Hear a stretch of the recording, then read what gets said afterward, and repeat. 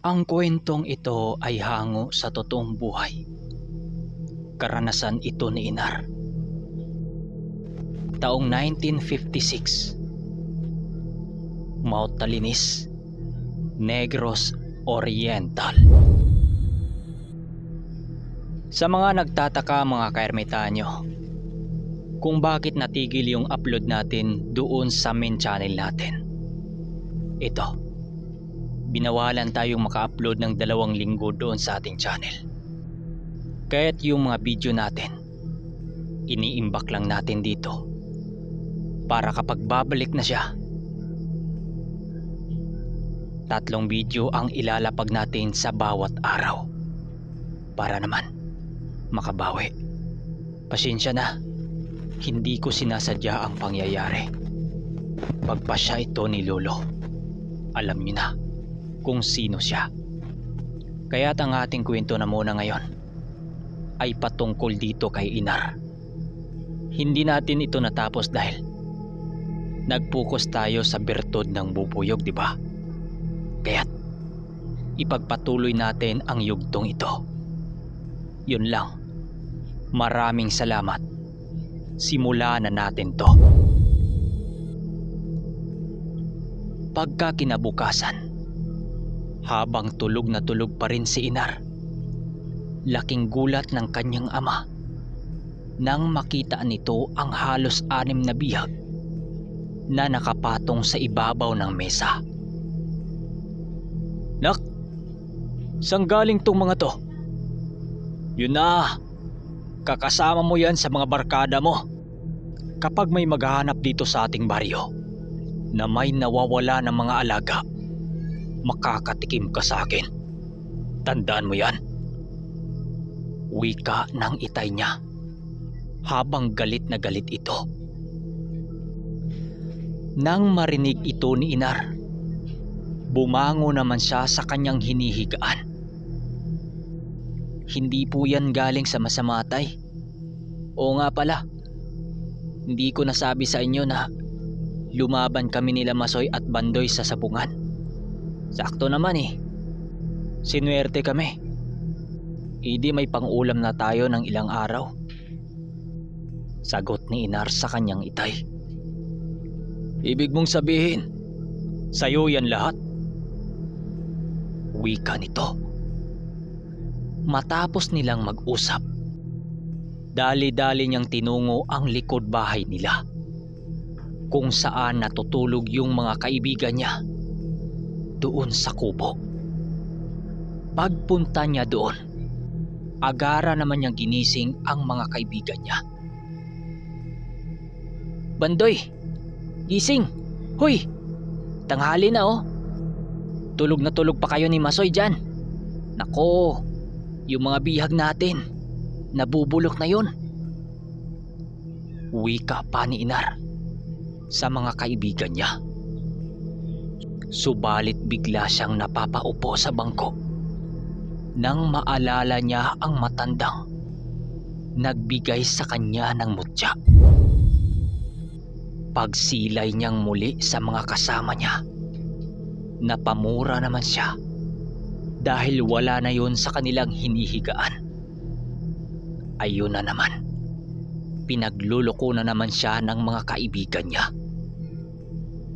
Makalipas ang 1 oras, pumwesto sila noon sa ilalim ng punong duhat at doon niluluto yung iba nilang mga bihag.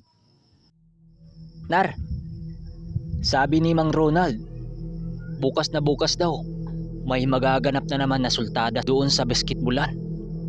Ang sabi lalaban daw sila eh. Wika sa kanya ni Masoy na kaibigan niya.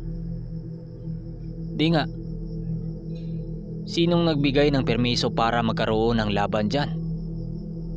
Sagot ni Inar. Sino pa ba? Hindi yung pamangkin ni Mang Ronald, yung mayabang.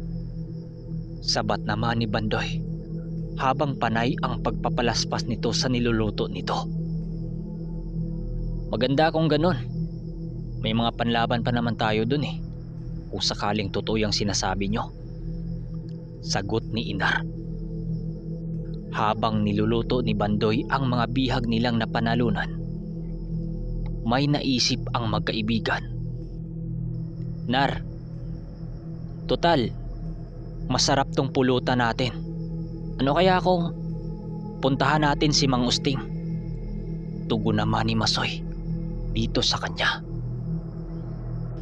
Sino bang Usting? Yung magtutuba ng ibyok? Sagot ni Inar. Oo, Nar.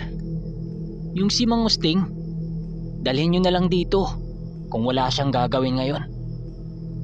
Sabat naman ni Bandoy.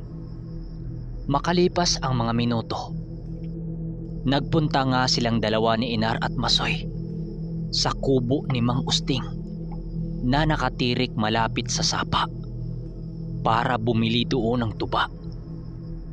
Kaya nakatirik malapit sa sapa ang bahay nito dahil ang tanging hanap buhay ng matandang yon, pagtutuba ng ibyok o kaong. Iyong kaong, tumubo lang yan sa masukal na lugar, di ba? Ilang sandali pa, nasipat nga nila si Mang Usting na sumalok ng tuba sa puno ng ibyok. Bungad kaagad ni Masoy dito. Ay, Mang Usting, ano? Maraming huli tayo? Parang nakatutok ka talaga dyan ah. Ano naman iho? Kapag hindi tayo kumakayod, aba, wala rin tayong kakainin. O siya, anong pakay nyo, ba't naparito kayo? Sagot ng matanda. Sinabi nila dito ang kanilang pakay. Yun nga, bibili sana sila ng tuba. Makalipas ang mga minuto, nakakuha na nga sila ng tuba. Subalit ibinigay lang sa kanila ang tuba ng libre dito kay Mang Usting. Ganon naman talaga kapag sa probinsya eh. Kapag kakilala mo lang, hindi uso ang salapi. O Mang Usting, total, ayaw mo namang tumanggap ng bayad. Sumunod ka na lang sa amin. Sakto, may niluluto kaming biyag sa ilalim ng duhat. Ayun oh, nakikita mo yung may tao sa ilalim? Wika ni Inar dito. Ngumisi lang naman ang matanda at sinabihan na susunod na lang siya. Ilang sandali pa, naglalakad na nga sila pabalik kung saan si Bandoy. Dala-dala nila noon ang katawan ng kawayan na naglalaman ng tuba.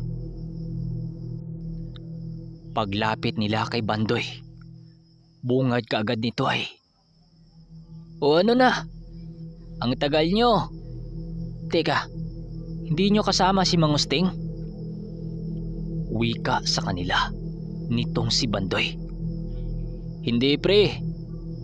Ang sabi niya mamaya na siya susunod."